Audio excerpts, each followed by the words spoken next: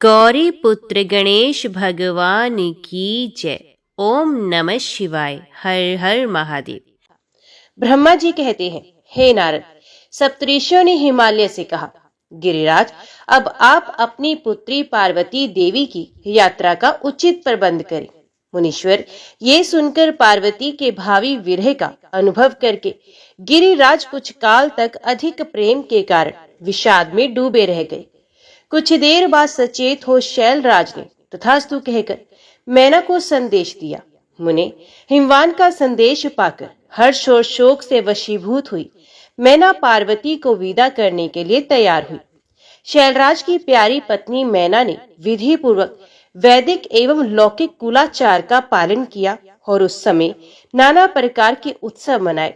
फिर उन्होंने नाना प्रकार के रत्न जटित सुंदर वस्त्रों और 12 आभूषणों द्वारा राजोचित श्रृंगार करके पार्वती को विभूषित किया। तत्पश्चात मैना के मनोभाव को जानकर एक सती साध्वी ब्राह्मण पत्नी ने गिरजा को उत्तम पातिव्रत्य की शिक्षा दी। ब्राह्मण पत्नी बोली, गिरिराज किशोरी, तुम प्रेम पूर्वक मेरा ये वचन सुनो। ये धर्म को बढ़ाने वाला, इहलोक और परलोक में भी आनंद देने वाला तथा श्रोताओं को भी सुख की प्राप्ति कराने वाला है। संसार में पतिव्रता नारी ही धन्य है, दूसरा नहीं। वही विशेष रूप से पूजनीय है। पतिव्रता सब लोगों को पवित्र करने वाली और समस्त पाप राशि को नष्ट कर देने वाली है।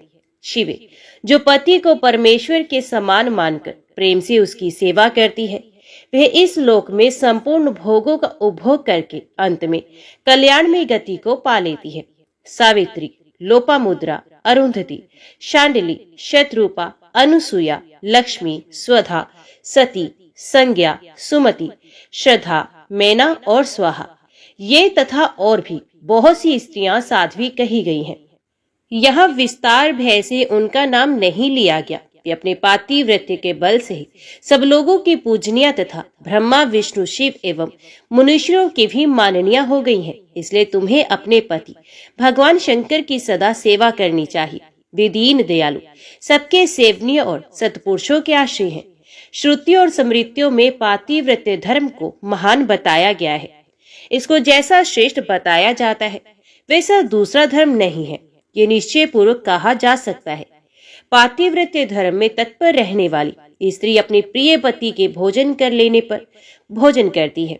शिवे, जब पति खड़ा हो तब साध्वी स्त्री को भी खड़ी ही रहना चाहिए। शुद्ध बुद्धि वाली साध्वी स्त्री प्रतिदिन अपने पति के सो जाने पर सोए और उसके जागने से पहले ही जग जाए। वे छल कपट छोड़कर सदा उसके लिए हितकर कार्य ही करे। शिवे, साध्वी स्त्री को चाहिए कि जब तक वस्त्र आभूषणों से विभूषित ना हो ले तब तक वे अपने को पति की दृष्टि के सम्मुख ना लाए। यदि पति किसी कार्य से परदेश में गया हो तो उन दिनों में उसे कदापि श्रृंगार नहीं करना चाहिए। पतिव्रता स्त्री कभी पति का नाम न ले। पति के कटु वचन कहने पर भी वे बदले में कड़वी बात ना कहे। पति के बुलाने पर वे घर के सारे कार्य छोड़कर तुरंत उसके पास चली जाए और हाथ जोड़कर प्रेम से मस्तक झुकाकर पूछे, नाथ, किस लिए इस दासी को बुलाया है? मुझे सेवा के लिए आदेश देकर अपनी कृपा से अनुग्रहित कीजिए। फिर पति जो आदेश दे उसका वे प्रसन्न हृदय से पालन करे। वे घर के दरवाजे पर देर तक खड़ी न रहे, दूसरे के घर न जाए, कोई गोपनीय बात जानकर हर एक के सामने उसे प्रकाशित न करे। पति के बिना कहे ही उनके लिए पूजन सामग्री स्वयं जुटा दे तथा उनके हित साधन के यथोचित अवसर की प्रतीक्षा करती रहे। पति की आज्ञा लिए बिना कहीं तीर्थ यात्रा के लिए ना जाए। लोगों की भीड़ से भरी हुई सभा या मेले आदि के उत्सवों का देखना वे दूर से ही त्याग दे। जिस नारी को तीर्थ यात्रा का फल पाने की इच्छा हो उसे अपने पति का चरणोदक पीना चाहिए। उसके लिए उसी में सारे तीर्थ और क्षेत्र हैं, इसमें संशय नहीं है। पतिव्रता नारी पति के उचिष्ट अन्न आदि को परम प्रिय भोजन मानकर ग्रहण करे और पति जो कुछ दे उसे महाप्रसाद मानकर शिरोधार्य करे। देवता, पितृ, अतिथि, सेवक वर्ग, गो तथा भिक्षु समुदाय के लिए अन्न का भाग दिए बिना कदापि भोजन न करे।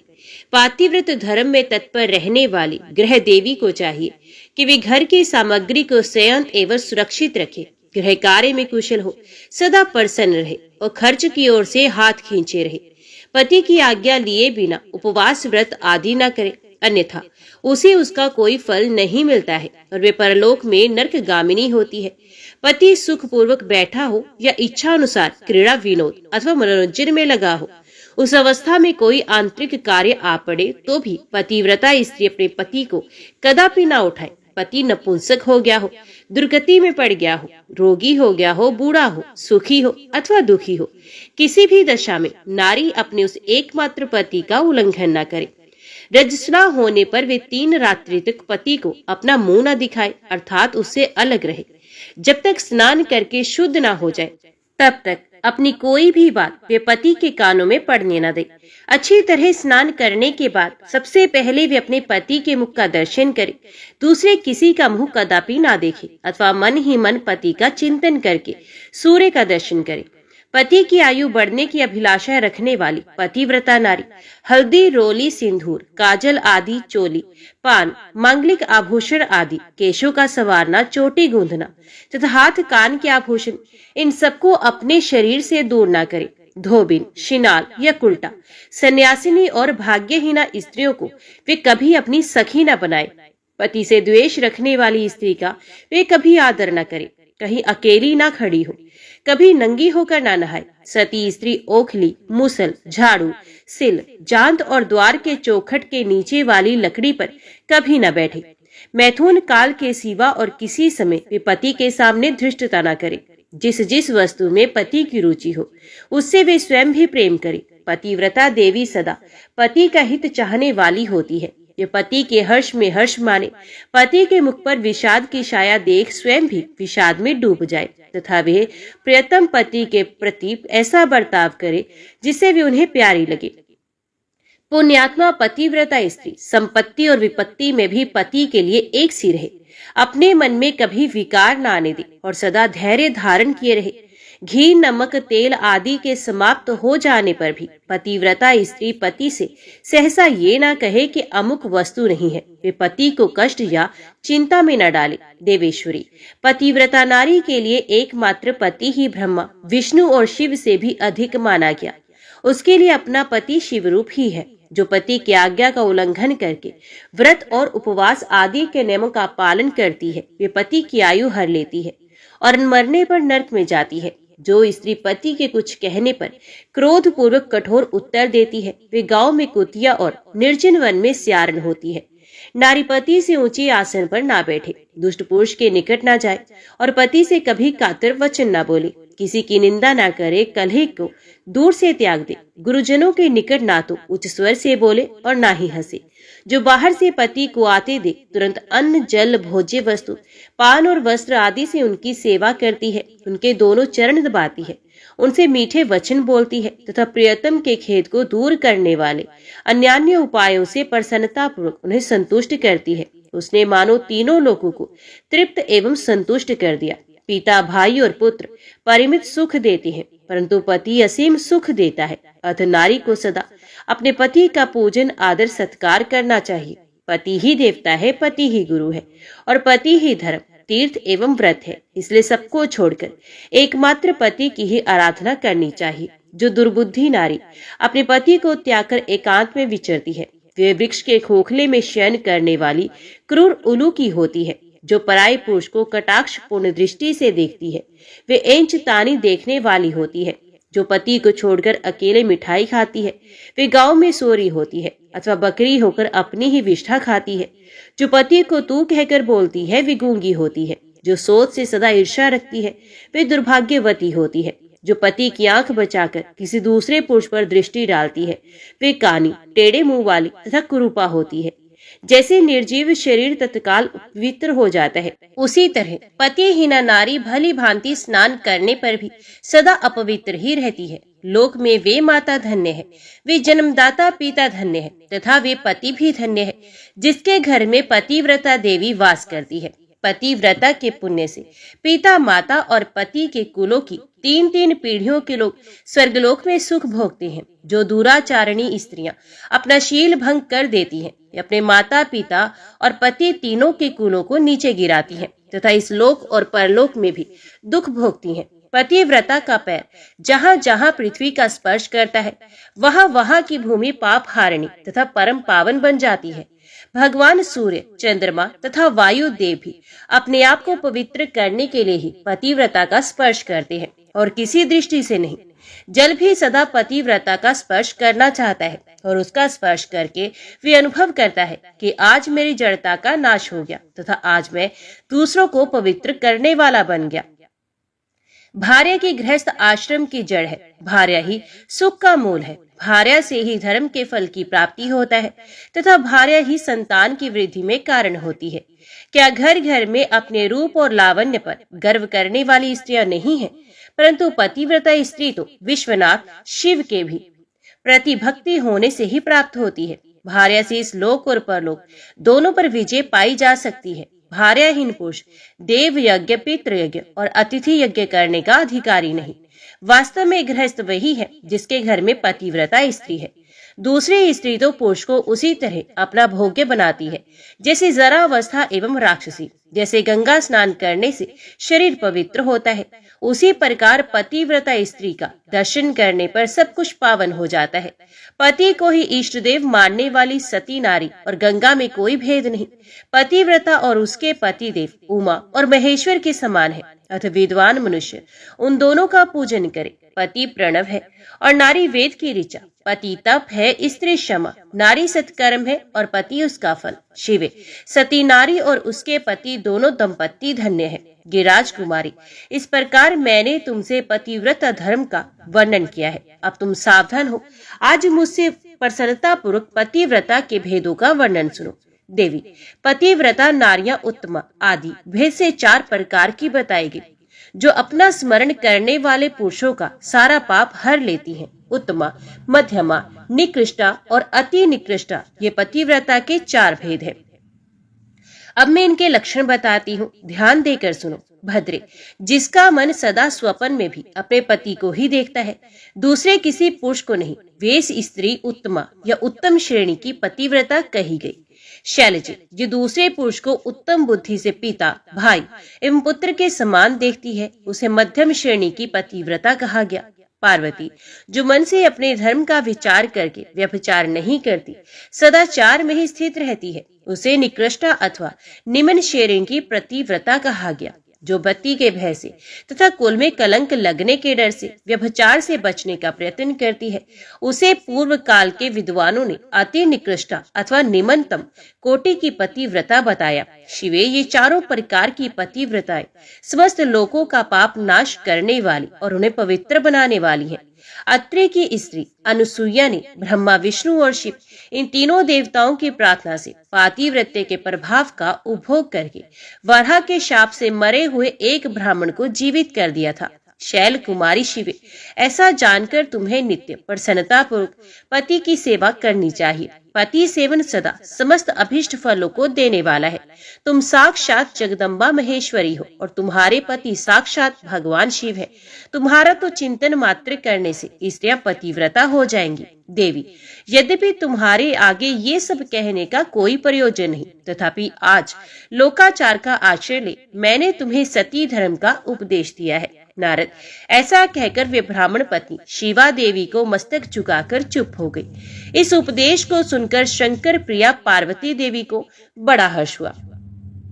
ब्राह्मणी ने देवी पार्वती को पतिव्रत धर्म की शिक्षा देने के पश्चात मैना को बुलाकर कहा, महारानी जी, अब अपनी पुत्री की यात्रा कराइए, इसे विदा कीजिए। तब बहुत अच्छा कहकर वे प्रेम के वशीभूत हो गई। फिर धैर्य धारण करके उन्होंने काली को बुलाया और उसके वियोग के भय से व्याकुल हो वे बेटी को बारंबार गले से लगाकर अत्यंत उच्च स्वर से रोने लगी। फिर पार्वती भी करुणाजनक बात कहती हुई जोर जोर से रो पड़ी। मैना और शिवा दोनों ही विरह शोक से पीड़ित और मूर्छित हो गई। पार्वती के रोने से देव पत्नियां भी अपनी शुद्ध बुद्ध खो बैठी। सारी स्त्रियां वहां रोने लगी। वे सब की सब अचेत सी हो गई। उसी यात्रा के समय परम प्रभु साक्षात योगीश्वर शिव भी रो पड़े। फिर दूसरा कौन चुप रह सकता था। इसी समय अपने समस्त पुत्रों, मंत्रियों और उत्तम ब्राह्मणों के साथ हिमालय शीघ्र वहां आ पहुंचे और मोहवश अपनी बच्ची को हृदय से लगाकर रोने लगे। बेटी, तुम मुझे छोड़कर कहाँ चली जा रही हो? ऐसा कहकर सारे जगत को सूना मानते हुए वे बारंबार विलाप करने लगे। तब ज्ञानियों में श्रेष्ठ पुरोहित ने अन्य ब्राह्मणों के सहयोग से कृपा पूर्वक अध्यात्म विद्या का उपदेश देते हुए सबको सुखद रीति से समझाया। पार्वती ने भक्ति भाव से माता पिता तथा गुरु को प्रणाम किया। वे महामाया होकर भी लोकाचारवश बार बार रो उठती थी। पार्वती के रोने से सब स्त्रियां रोने लगती थी। माता मैना तो बहुत रोई, भौजाइयां भी रोने लगी। यही दशा भाइयों की थी। शिवा की माँ, भाभियां तथा अन्य युवतियां बार बार रोदन करने लगी। भाई और पिता भी प्रेम और सौहार्दवश रोए बिना न रह सके। उस समय ब्राह्मणों ने मिलकर सबको आदर पूर्वक समझाया और ये सूचित किया कि यात्रा के लिए यही सबसे उत्तम तथा सुखद लगन है। तब हिमालय और मैना ने विवेक पूर्वक धैर्य धारण करके शिवा के बैठने के लिए पालकी मंगवाई। ब्राह्मणों की पत्नियों ने शिवा को उस पर चढ़ाया और सबने मिलकर आशीर्वाद दिया। माता पिता और ब्राह्मणों ने भी अपनी शुभ कामना प्रकट की। मैना और हिमालय ने पार्वती को ऐसे ऐसे सामान दिए जो महारानी के योग्य थे। नाना प्रकार के द्रव्यों की शुभ राशि भेंट की जो दूसरों के लिए परम दुर्लभ थी। शिवा ने समस्त गुरुजनों को, माता पिता को, पुरोहित और ब्राह्मणों को तथा भौजाइयों और दूसरी स्त्रियों को प्रणाम करके यात्रा की। पुत्रों सहित बुद्धिमान हिमाचल भी स्नेह के वशीभूत हो पीछे पीछे गए और उस स्थान पर पहुंचे जहां देवताओं सहित भगवान शिव प्रसन्नता पूर्वक प्रतीक्षा कर रहे थे। वहां सब लोग बड़े प्रेम और आनंद से परस्पर मिले। उन सब ने भगवान को प्रणाम किया और उनकी प्रशंसा करते हुए वे पुरी को लौट गए। तदंतर कैलाश पहुंचकर भगवान शिव ने पार्वती से कहा, देवेश्वरी, तुम सदा से ही मेरी प्राण प्रिया हो। तुम्हें लीला पूर्वक इस बात की याद दिला रहा हूँ। तुम्हें पूर्व जन्म की बातों का स्मरण है अतः मेरे और अपने नित्य संबंध का यदि तुम्हें स्मरण हो तो बताओ। अपने प्राणनाथ महेश्वर की ये बात सुनकर शंकर की नित्य प्रिया पार्वती मुस्कुराती हुई बोली, प्राणेश्वर, मुझे सब बातों का स्मरण है, किंतु इस समय आप चुप रहिए और इस अवसर के अनुरूप जो कार्य हो उसी को शीघ्र पूर्ण कीजिए। नारद, प्रिया पार्वती के सैकड़ों सुधा धाराओं के समान मधुर वचन को सुनकर लोकाचार परायण भगवान विश्वनाथ बड़े प्रसन्न हुए। उन्होंने बहुत सी सामग्री एकत्रित करके नारायण आदि देवताओं को भांति भांति की मनोहर भोज्य वस्तुएं खिलाई। इसी तरह अपने विवाह में पधारे हुए दूसरे लोगों को भी भगवान शंकर ने प्रेम पूर्वक सुमधुर रस से युक्त नाना प्रकार का अन्न भोजन कराया। भोजन करने के पश्चात उन सब देवताओं ने नाना रत्नों से विभूषित हो अपनी स्त्रियों और सेवक गणों के साथ आकर प्रभु चंद्रशेखर को प्रणाम किया। फिर प्रिय वचनों द्वारा प्रसन्नता पूर्वक उनकी स्तुति एवं परिक्रमा करके शिव विवाह की प्रशंसा करते हुए वे सब लोग अपने अपने धाम को चले गए। मुने, साक्षात भगवान शिव ने लोकाचारवश भगवान विष्णु को और मुझको भी प्रणाम किया। ठीक उसी तरह जैसे वामन रूपधारी श्री हरि ने महर्षि कश्यप को नमस्कार किया था, तब मैंने और श्री विष्णु ने शिव को हृदय से लगाकर उनका आशीर्वाद दिया। तदंतर श्री हरि ने उन्हें परब्रह्म परमात्मा मानकर उनकी उत्तम स्तुति की। इसके बाद मेरे सहित भगवान विष्णु शिव से विदा ले शिवा और शिव को प्रसन्नता पूर्वक हाथ जोड़ उनके विवाह की प्रशंसा करते हुए अपने उत्तम धाम को गए। भगवान शिव भी पार्वती के साथ सानंद विहार करते हुए अपने निवास भूत कैलाश पर्वत पर रहने लगे। समस्त शिव गणों को इस विवाह से बड़ा सुख मिला। वे अत्यंत भक्ति पूर्वक शिवा और शिव की आराधना करने लगे। तात इस प्रकार मैंने परम मंगल में शिव विवाह का वर्णन किया। ये शोक नाशक, आनंददायक तथा धन और आयु की वृद्धि करने वाला है। जो पुरुष भगवान शिव और शिवा में मन लगाकर पवित्र हो, प्रतिदिन इस प्रसंग को सुनता है अथवा नियम पूर्वक दूसरों को सुनाता है, वे शिव लोक को प्राप्त करता है। ये अद्भुत आख्यान कहा गया जो मंगल का वासस्थान है। ये संपूर्ण विघ्नों को शांत करके समस्त रोगों का नाश करने वाला है। इसके द्वारा स्वर्ग, यश, आयु तथा पुत्र और पौत्रों की प्राप्ति होती है। ये संपूर्ण कामनाओं को पूर्ण करता, इस लोक में भोग देता और परलोक में मोक्ष प्रदान करता है। इस शुभ प्रसंग को सुनने से अपमृत्यु का शमन होता है, परम शांति की प्राप्ति होती है। ये समस्त दुस्वप्नों का नाशक तथा बुद्धि एवं विवेक आदि का साधक है। अपने शुभ की इच्छा रखने वाले लोगों को शिव संबंधी सभी उत्सवों में प्रसन्नता के साथ प्रयत्न पूर्वक इसका पाठ करना चाहिए। ये भगवान शिव को संतोष प्रदान करने वाला है। विशेषत देवता आदि की प्रतिष्ठा के समय तथा शिव संबंधी सभी कार्यों के प्रसंग में प्रसन्नता पूर्वक इसका पाठ करना चाहिए अथवा पवित्र हो शिव पार्वती के इस कल्याणकारी चरित्र का श्रवण करना चाहिए। ऐसा करने से समस्त कार्य सिद्ध होते हैं। सत्य है, ये सत्य है, इसमें संशय नहीं है। वंदना करने से जिनका मन प्रसन्न हो जाता है, जिन्हें प्रेम अत्यंत प्यारा है, जो प्रेम प्रदान करने वाले पूर्ण आनंद में भक्तों की अभिलाषा पूर्ण करने वाले और संपूर्ण ऐश्वर्यों के एकमात्र आवास स्थान और कल्याण स्वरूप है। सत्य जिनका श्री विग्रह है और जो सत्य में है, जिनका ऐश्वर्य त्रिकाल बाधित है, जो सत्य प्रिय एवं सत्य प्रदाता है। ब्रह्मा और विष्णु जिनकी स्तुति करते हैं, स्वेच्छा अनुसार शरीर धारण करने वाले उन भगवान शंकर की हम वंदना करते हैं। श्री नारद जी ने पूछा, देवताओं का मंगल करने वाले देव परमात्मा शिव तो सर्व समर्थ है। आत्माराम होकर भी उन्होंने जिस पुत्र की उत्पत्ति के लिए पार्वती के साथ विवाह किया था, उनके वह पुत्र किस प्रकार उत्पन्न हुआ तथा तारकासुर का वध कैसे हुआ, ब्राह्मण मुझ पर कृपा करके ये सारा वृत्तांत पूर्ण रूप से वर्णन कीजिए। इसके उत्तर में ब्रह्मा जी ने कथा प्रसंग सुनाकर कुमार के गंगा से उत्पन्न होने तथा कृतिका आदि 6 स्त्रियों के द्वारा उनके पाले जाने, उन 6 की संतुष्टि के लिए उनके 6 मुख धारण करने और कृतिकाओं के द्वारा पाले जाने के कारण उनका कार्तिकेय नाम होने की बात कही। तदंतर उनके शंकर गिरजा की सेवा में लाए जाने की कथा सुनाई। फिर ब्रह्मा जी ने कहा, भगवान शंकर ने कुमार को गोद में बैठाकर अत्यंत स्नेह किया। देवताओं ने उन्हें नाना प्रकार के पदार्थ, विद्याएं, शक्ति और अस्त्र शस्त्र आदि प्रदान किए। पार्वती के हृदय में प्रेम समाता नहीं था। उन्होंने हर्ष पूर्वक मुस्कुराकर कुमार को परमोत्तम ऐश्वर्य प्रदान किया, साथ ही चिरंजीवी बनाया। लक्ष्मी ने दिव्य संपत्ति तथा एक विशाल एवं मनोहर हार अर्पित किया। सावित्री ने प्रसन्न होकर सारी सिद्ध विद्याएं प्रदान की। इस प्रकार वहां महोत्सव मनाया गया। सभी के मन प्रसन्न थे। विशेषत शिव और पार्वती के आनंद का पार नहीं था। इसी बीच देवताओं ने भगवान शंकर से कहा, हे प्रभु, ये तारकासुर कुमार के हाथों ही मारा जाने वाला है, इसलिए ही ये उत्तम चरित्र घटित हुआ है। अतः हम लोगों के सुखार्थ उसका काम तमाम करने के हेतु कुमार को आज्ञा दीजिए। हम लोग आज ही अस्त्र शस्त्र से सुसज्जित होकर तारक को मारने के लिए रण यात्रा करेंगे। मुने, ये सुनकर भगवान शंकर का हृदय व्याद्र हो गया। उन्होंने उनकी प्रार्थना स्वीकार करके उसी समय तारक का वध करने के लिए अपने पुत्र कुमार को देवताओं को सौंप दिया। फिर तो शिवजी की आज्ञा मिल जाने पर ब्रह्मा, विष्णु आदि सभी देवता एकत्रित होकर गुह को आगे करके तुरंत ही उस पर्वत पर चले गए। उस समय श्री हरि आदि देवताओं के मन में पूर्ण विश्वास था। वे भगवान शंकर के तेज से भावित हो कुमार के सेनापतित्व में तारक का संहार करने के लिए रण क्षेत्र में आए। उधर महाबली तारक ने जब देवताओं के उस युद्ध योग को सुना, तब वे भी एक विशाल सेना के साथ देवों से युद्ध करने के लिए तत्काल ही चल पड़ा। उसकी उस विशाल वाहिनी को आती देख देवताओं को परम विस्मय हुआ। फिर तो वे बलपूर्वक बारंबार सिंहनाद करने लगे।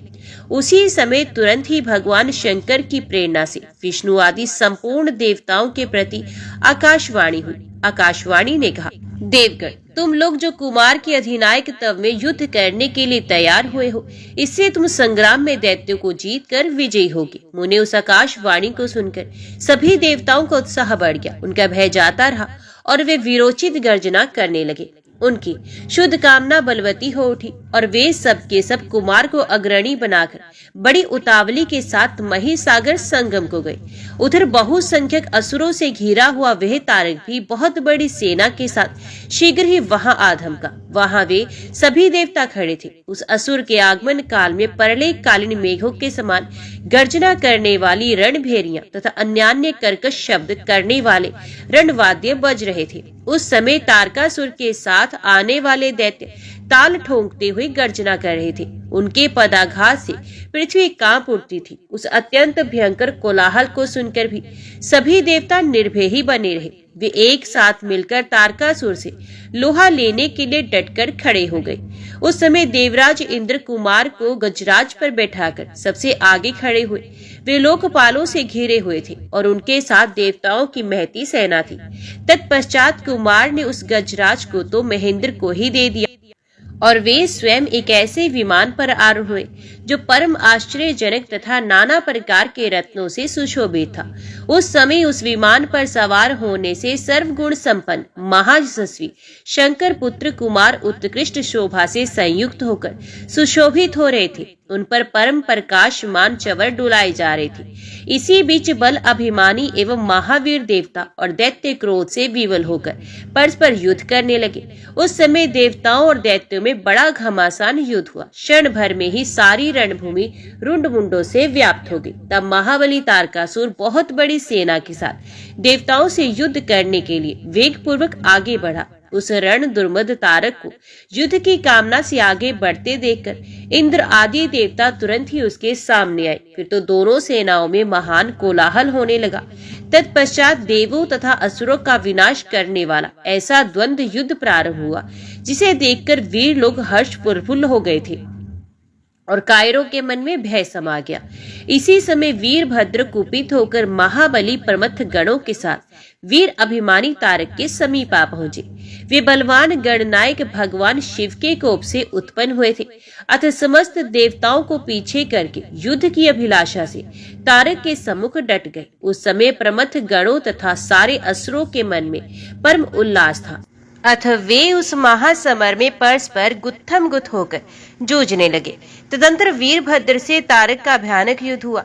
इस बीच असुरों की सेना रण से विमुख हो भाग चली। इस प्रकार अपनी सेना को तितर बितर हुई देख उसका नायक तारकासुर क्रोध से भर गया और 10,000 भुजाएं धारण करके सिंह पर सवार हो देवगणों को मार डालने के लिए वेग पूर्वक उनकी ओर झपटा। वे युद्ध के मुहाने पर देवों तथा प्रमथ गणों को मार मार कर गिराने लगा। तब प्रमथ गणों के नेता महाबली वीरभद्र उसकी उस कर्म को देखकर उसका वध करने के लिए अत्यंत कुपित हो उठे। फिर तो उन्होंने भगवान शिव के चरण कमल का ध्यान करके एक ऐसा श्रेष्ठ त्रिशूल हाथ में लिया जिसके तेज से सारी दिशाएं और आकाश प्रकाशित हो उठे। इसी अवसर पर महान कौतुक प्रदर्शन करने वाले स्वामी कार्तिकेय ने तुरंत ही वीर बाहु द्वारा कहलाकर उस युद्ध को रोक दिया। तब स्वामी की आज्ञा से वीरभद्र उस युद्ध से हट गए। ये देखकर असुर सेनापति महावीर तारक कुपित हो उठा। वे युद्ध कुशल तथा नाना प्रकार के अस्त्रों को जानकार था। अतः देवताओं को ललकार ललकार कर उन पर बाणों की वृष्टि करने लगा। उस समय बलवानों में श्रेष्ठ असुराज तारक ने ऐसा महान कर्म किया कि सारे देवता मिलकर भी उसका सामना ना कर सके। उन भयभीत देवताओं को यूं पिटते हुए देखकर भगवान अच्युत को क्रोध हो आया और वे शीघ्र ही युद्ध करने के लिए तैयार हो गए। उन भगवान श्री हरि ने अपने आयुध सुदर्शन चक्र और शारंग धनुष को लेकर युद्ध स्थल में महादैत्य तारक पर आक्रमण किया। मुने तदंतर सबके देखते देखते श्रीहरि और तारकासुर में अत्यंत भयंकर एवं रोमांचकारी महायुद्ध छिड़ गया। इसी बीच अच्युत ने कुपित होकर महान सिंहनाद किया और धधकती हुई ज्वालाओं के से प्रकाश वाले अपने चक्र को उठाया। फिर तो श्रीहरि ने उसी चक्र से दैत्यराज तारक पर प्रहार किया। उसकी चोट से अत्यंत व्यथित होकर वह असुर पृथ्वी पर गिर पड़ा, परंतु वे असुर नायक तारक अत्यंत बलवान था। अतः तुरंत ही उठकर उस दैत्यराज ने अपनी शक्ति से चक्र के टुकड़े टुकड़े कर दिए। मुने भगवान विष्णु और तारकासुर दोनों बलवान थे और दोनों में अगाध बल था। अतः युद्ध स्थल में वे परस्पर जूझने लगे। तब मुझ ब्रह्मा ने कहा, शंकर सुमन स्वामी कार्तिक, तुम तो देवाधिदेव हो। पार्वती सुत विष्णु और तारकासुर का ये व्यर्थ युद्ध शोभा नहीं दे रहा है, क्योंकि विष्णु के हाथों इस तारक की मृत्यु नहीं होगी। ये मुझसे वरदान पाकर अत्यंत बलवान हो गया है। ये मैं बिल्कुल सत्य बात कह रहा हूँ। पार्वती नंदन, तुम्हारे अतिरिक्त इस पापी को मारने वाला दूसरा कोई नहीं। इसलिए महाप्रभु, तुम्हें मेरे कथन अनुसार ही करना चाहिए। प्रथम तुम शीघ्र ही उस दैत्य का वध करने के लिए तैयार हो जाओ, क्योंकि पार्वती पुत्र तारक का संहार करने के निमित्त ही तुम शंकर से उत्पन्न हुए हो। मुने, यो मेरा कथन सुनकर शंकर नंदन कुमार कार्तिकेय ठठाकर हंस पड़े और प्रसन्नता पूर्वक बोले, तथास्तु, ऐसा ही होगा। तब महान ऐश्वर्यशाली शंकर सुवन कुमार तारकासुर के वध का निश्चय करके विमान से उतर पड़े और पैदल हो गए। जिस समय महाबली शिवपुत्र कुमार अपनी अत्यंत चमकीली शक्ति को, जो लपटों से दमकती हुई एक बड़ी उल्का सी जान पड़ती थी, हाथ में लेकर पैदल ही दौड़ पड़े थे, उस समय उनकी अद्भुत शोभा हो रही थी। उनके मन में तनिक भी व्याकुलता नहीं थी। वे परम प्रचंड और अपरमे बलशाली थे। उन षणमुख को अपनी ओर आते देखकर तारक सुरश्रेष्ठों से बोला, क्या शत्रुओं का संहार करने वाला कुमार यही है?